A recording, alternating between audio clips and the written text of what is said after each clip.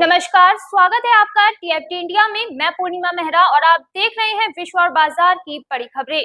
गिरावट के साथ बंद हुआ बाजार। बुधवार को बाजार गिरावट के साथ बंद हुआ। सेंसेक्स 0.21% या 168 अंक गिरकर 81,467 पर बंद हुआ।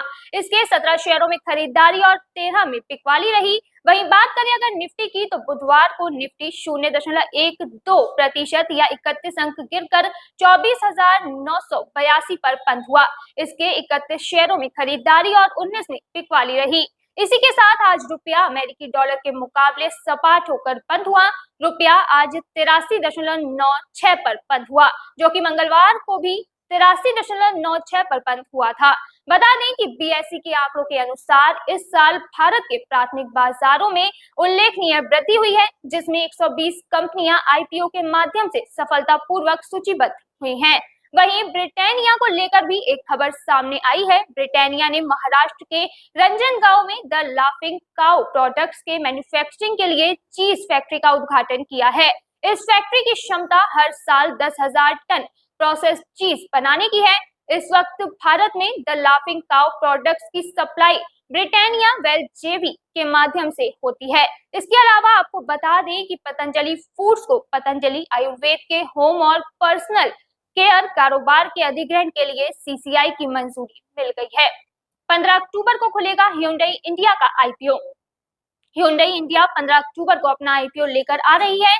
बता दें कि इसके लिए एंकर निवेशकों को जो हिस्सेदारी है वो 14 अक्टूबर को सब्सक्रिप्शन के लिए खुल जाएगा, जिसकी लिस्टिंग 22 अक्टूबर को होने की संभावना है। जानकारी के मुताबिक Hyundai इंडिया ने अपने इस पब्लिक इशू का प्राइस बैंड 1865 से 1960 रुपए प्रति शेयर रखा है। कंपनी इस पब्लिक इशू के लिए 14 करोड़ 21 लाख से ज्यादा इक्विटी शेयरों को जारी करने वाली है, जिसकी फेस वैल्यू 10 रुपए प्रति शेयर है। वहीं अपर प्राइस की बात करें तो कंपनी 27,870 करोड़ रुपए तक जुटा सकती है। कंपनी के मुताबिक ये 2024 में अब तक का ग्लोबल लेवल का सबसे बड़ा आईपीओ है।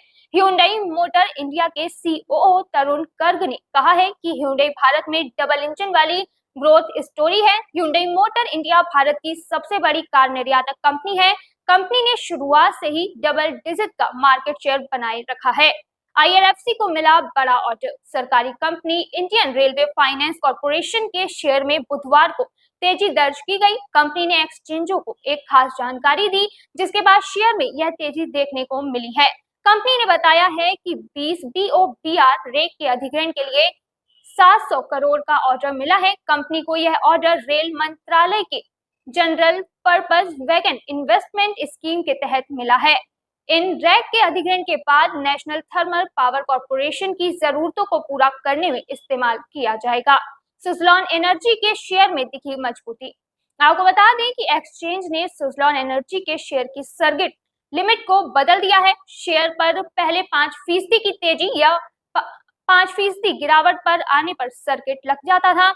अब ये लिमिट बढ़ाकर 10% कर दी गई है। ऐसे में अगर इस शेयर में तेजी आती है तो 10% तक पहुंचते ही सर्किट लग जाएगा। वहीं गिरावट आती है तो 10% गिरने पर ट्रेडिंग रोक दी जाएगी। यह 74.59 रुपए पर खुला है। इसके बाद शेयर ने फिर से रफ्तार पकड़ी और 80 रुपए के पार पहुंच गया। वरुण बेवरेजेस से जुड़ा बड़ा अपडेट आया सामने। पेप्सिको के लिए अग्रणी बोतल निर्माता वरुण बेवरेजेस ने अपनी विकास पहलों का समर्थन करने के लिए क्वालिफाइड इंस्टीट्यूशंस प्लेसमेंट के माध्यम से 7,500 करोड़ रुपए जुटाने की योजना बनाई है। कंपनी द्वारा नियामक फाइलिंग के अनुसार बुधवार को आयोजित एक बैठक में कंपनी के बोर्ड ने QIP के माध्यम से कुल 7,500 करोड़ रुपए की राशि जुटाने के प्रस्ताव को मंजूरी दे दी है। इसमें कहा गया है कि यह धन एक या अधिक किश्तों में जुटाया जाएगा और डाक मतपत्र के माध्यम से कंपनी के इक्विटी शेयरधारकों की मंजूरी प्राप्त करने के अधीन होगा। आरबीआई ने 10वीं बार रेपो रेट में नहीं किया बदलाव। भारतीय रिजर्व बैंक ने अक्टूबर मौद्रिक समीक्षा बैठक में रेपो रेट को 6.5% पर ही बरकरार रखा है। आरबीआई गवर्नर शक्तिकांत दास के अनुसार मैक्रो इकोनॉमिक कंडीशंस और फ्यूचर आउटलुक का मूल्यांकन करने के बाद एमपीसी के 6 में से 5 सदस्यों ने रेपो रेट को 6.5% पर बनाए रखने का निर्णय लिया है। शक्तिकांत दास ने कहा कि खाद्य और धातु की कीमतों में हाल ही में हुई वृद्धि अगर बनी रहती है तो उपभोक्ता मूल्य सूचकांक मुद्रास्फीति के जोखिम को बढ़ा सकती है और मुद्रास्फीति कंट्रोल में रहने की उम्मीद है। आपको बता दें कि रेपो रेट को न घटाने से कर्ज सस्ता नहीं होगा। इसके नतीजे में लोन लेने वालों की ईएमआई नहीं घटेगी, मगर कर्ज महंगा न होने से ईएमआई में बढ़ोतरी भी नहीं होगी। हालांकि एमपीसी ने मौद्रिक नीति के रुख को ग्रोथ पर फोकस करने के लिए विड्रॉल ऑफ अकोमोडेट से बदलकर न्यूट्रल कर दिया है। केंद्रीय मंत्रिमंडल की बैठक में 2028 तक का प्लान तैयार।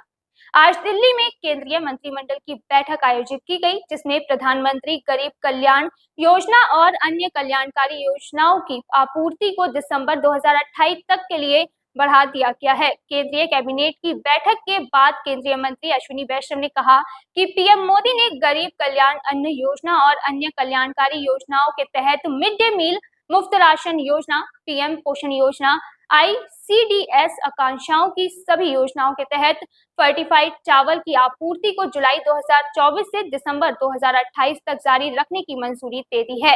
इसका उद्देश्य एनीमिया और सूक्ष्म पोषक तत्वों की कमी को दूर करना है। तो फिलहाल इस खबर में बस इतना ही। फिर मिलेंगे नई खबरों में, तब तक देखते रहिए टीएफटी इंडिया। धन्यवाद।